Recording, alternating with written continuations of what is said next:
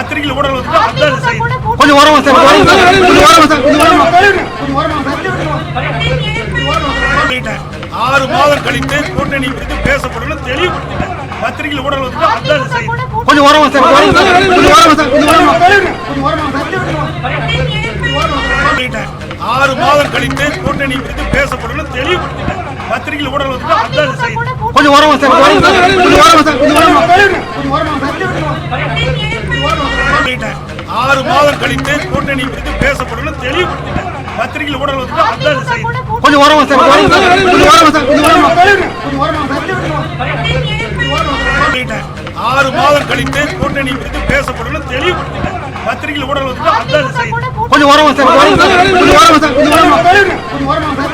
அதிமுக தலைமை அலுவலகத்தில் அதிமுகவின் பொதுச் செயலாளர் எடப்பாடி பழனிசாமி தமிழக பாஜக தலைவர் அண்ணாமலை தெரிவித்த கருத்து குறித்தும் பாரதிய ஜனதா கட்சியுடனான கூட்டணி அமைவது குறித்தும் முக்கியமான பேட்டியை அளித்திருக்கிறார். அதில் பாரதிய ஜனதா கட்சியுடன் கூட்டணி வைப்பதற்கு அனைத்து அரசியல் கட்சிகளும் தவம் கிடைக்கின்றன என்று தமிழக பாஜக தலைவர் அண்ணாமலை கூறியிருந்தார். ஏற்கனவே பாரதிய ஜனதா கட்சி நோட்டாவுடன் தான் போட்டியிடுகிறது என்று விமர்சித்தவர்கள் எல்லாம் இன்று பாஜகவுடன் கூட்டணி வைக்க தவம் கிடைக்கிறார்கள் என்று அவர் மறைமுகமாக அதிமுகவை குறிப்பிட்டதாக நேற்றெல்லாம் சர்ச்சை பேச்சு இருந்தது. இந்த சூழ்நிலையில் இன்று ராயப்பேட்டையில் அதிமுக தலைமை அலுவலகத்தில் நடைபெற்ற மகளிர் தின விழாவில் இது குறித்து செய்தியாளர்கள் அதிமுக பொதுச் செயலாளர் எடப்பாடி பழனிசாமியிடம் கேள்வி எழுப்பினார்கள்.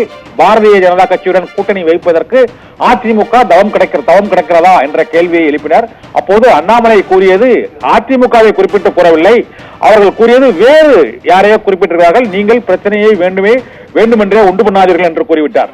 மற்றொன்று, பாஜகவுடன் 2026 தேர்தலில் அதிமுக கூட்டணி அமைக்குமா அமைக்காதா என்ற கேள்விக்கு தேர்தல் கூட்டணி குறித்து 2026 தேர்தலுக்கு முன் 6 மாதங்கள் இருக்கும் போதுதான் கூட்டணி குறித்து முடிவு செய்ய முடியும், இப்போது கூட்டணி குறித்து எதுவும் தெரிவிக்க முடியாது என்று அவர் குறிப்பிட்டார். இதனால் அதிமுக பாஜக இடையே கூட்டணி ஏற்படுமா ஏற்படாதா என்ற மர்மம் தொடர்ந்து நீடித்துக் கொண்டே இருக்கிறது.